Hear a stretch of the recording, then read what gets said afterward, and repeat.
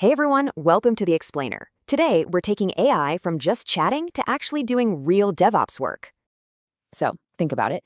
Can an AI agent actually step in and fix crashing Kubernetes pods entirely on its own? Right, a normal chatbot just spits out answers, but an agent, it actually sets goals, grabs tools, and adapts.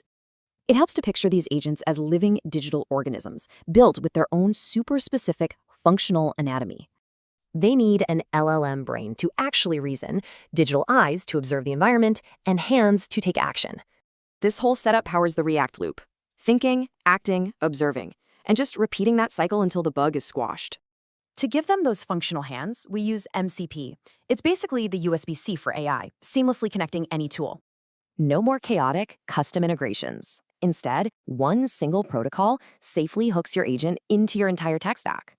Now, throw memory into the mix. This builds deep context, so they literally never forget past incidents.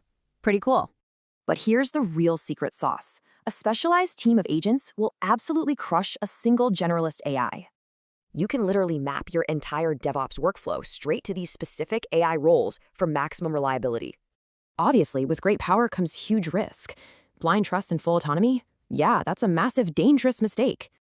Your absolute biggest threat here is prompt injection, where malicious inputs hijack the agent to run destructive commands. So, always require human approval for risky actions, cap those runaway loops, and start with read-only permissions. The tools to automate your absolute hardest tasks are finally here. The only question is, what'll you build first?